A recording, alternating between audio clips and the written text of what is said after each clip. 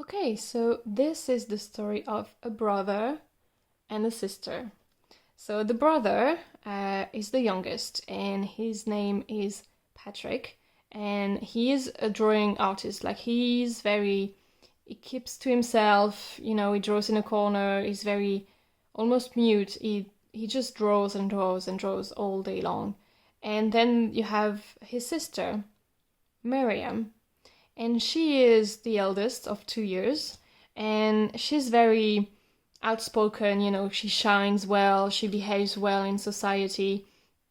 We have a setting of the late 19th century, early 20th, turn of the century, I would say. And she knows all the old languages already. She's like, I don't know, maybe 13 at the most. And she knows languages. She's the talk of the town in a good way, like she's the reason for the season. She is the pride and joy of their mother here, which we have here, Cynthia. And she's a single mom. She's a widow. They both lost the father figure in the family, which is a very heavy burden to bear. And it took a lot, and communication was a little bit difficult and challenging for a while. And they did not know quite where that would take them, because the mother suddenly was alone with two kids, two children, and something broke in the family, definitely. It really broke the dynamic and a cycle, ultimately. You can see them in the countryside. That's where they reside. They have a house in the country, and it used to be all bliss and, like good family time. And suddenly something changed with the loss of the father. And it was just a field of unknown. And for a long while, things stayed unattended, almost abandoned, actually. So let's see how they turn this around. I'm going to use my little story cubes again, because they're really cute and handy and fun to use. So we are definitely in the children realms, and someone's hungry for a snack. Okay, I got it now. So what happened is that Cynthia ended up adopting a child that was in the streets. Like, he was just by himself. Well, I guess it's a he.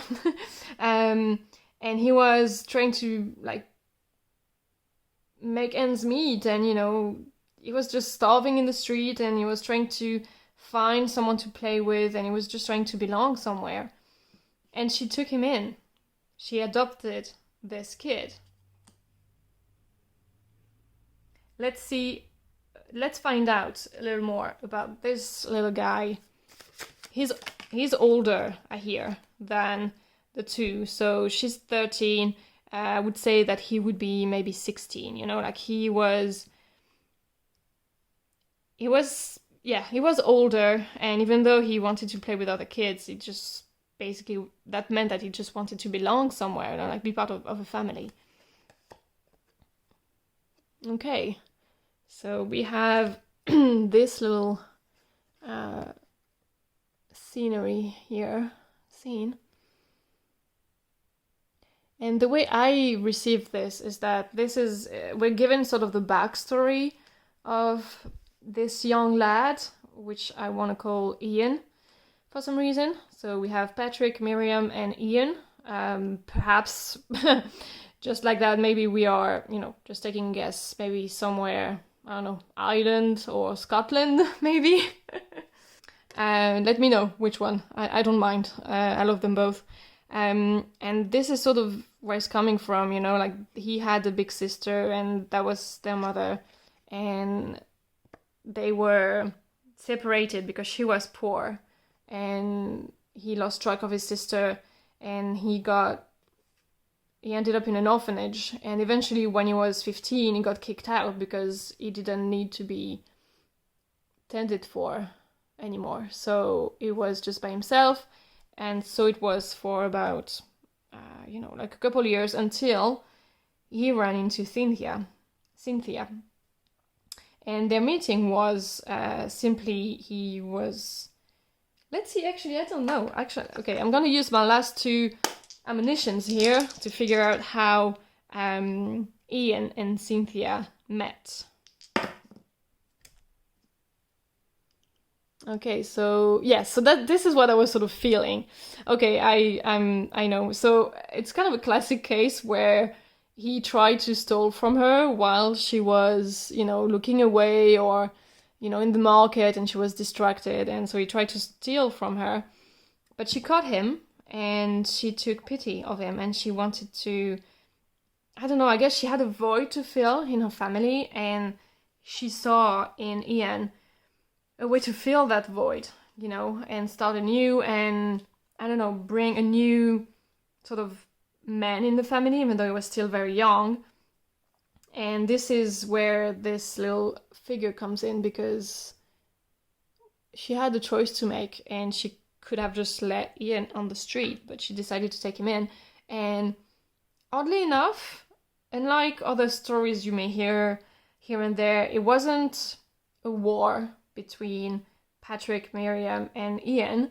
They sort of got along well immediately, but the only thing I feel coming is that there's going to be perhaps like some kind of a love story between Miriam and Ian, but way down the line, like way later, perhaps when she's 18, I would say, given the number that we have here. And I guess here, when Patrick turns 21, I feel like he's going to art school somewhere in the capital, wherever that is, and he's just gonna sort of draw his own path, literally, like he's just gonna stir away from the family. He's gonna come back, he's not turning his back on them, he's just doing his own thing, and I think he's pretty happy about it. And then you have Miriam, who's gonna take over as the how do you say it?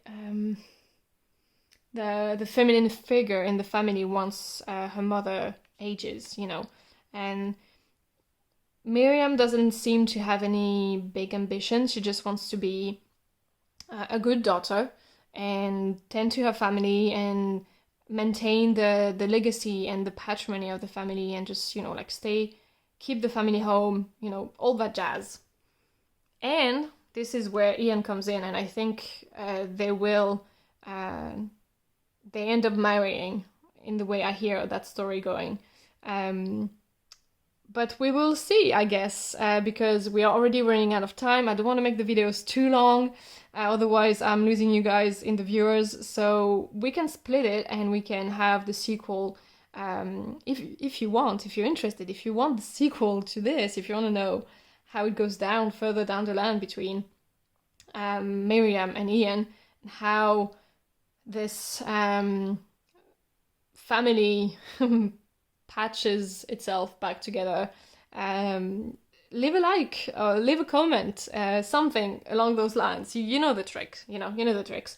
You're on YouTube, so I trust you know what to do if you want to do it. And yeah, I feel like there's there's more things to the story here. Like, this is just sort of the prologue of the story, and I feel like it could be a bit borderline a mix between Little Women, in the vibe, and perhaps The Seagull of Chekhov. I don't know, I feel like there's a mix of that. However, it will not be a tragedy. There might be ordeals awaiting, but I don't feel this family story going really, really bad and really depressing, unlike Little Women and Chekhov. But I don't know, there's, this is this sort of time period we have the scene happening in. And I'm also curious to see what's gonna happen to Cynthia. She's going to is she going to meet someone, or is she going to die alone, or I mean alone, probably grandchildren and stuff. But anyway, I digress. This is what we had for this month. So thank you for following so far. I hope you liked it. I think ultimately the message of the healing of this story to me is that there's never, nothing is ever lost, everything is transformed. It's not complete losses, and when there is vacuum, life will fill it back, because life really hates vacuum spaces. So even though they suffered a loss, life presented an opportunity for them to be somewhat whole again. And this is why I love doing those stories, is that to me they always bring an element of healing and a message, a healing message in them.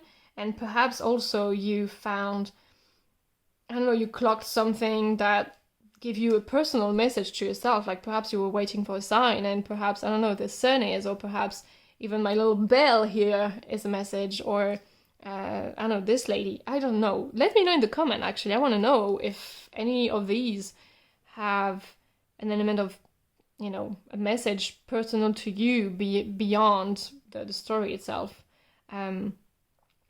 I love that. This is why I love storytelling, and this is why I love card reading. I don't know, it's just so much fun. You discover the stories as you go, and they always have relevant messages and healing also. So yeah, this is why I do this. I hope you like it. I hope you like this story. Once again, I'm repeating myself. Until then, I see you in the next video. If you want to know the sequel, please let me know. Send me an owl, smoking signals, I don't know. Take your pick. Let me know if you want the sequels of my stories. I would be more than happy to provide them. Until then, enjoy your summer. Enjoy the end of June and the rest of July. And I see you next month for a new healing story. Bye bye!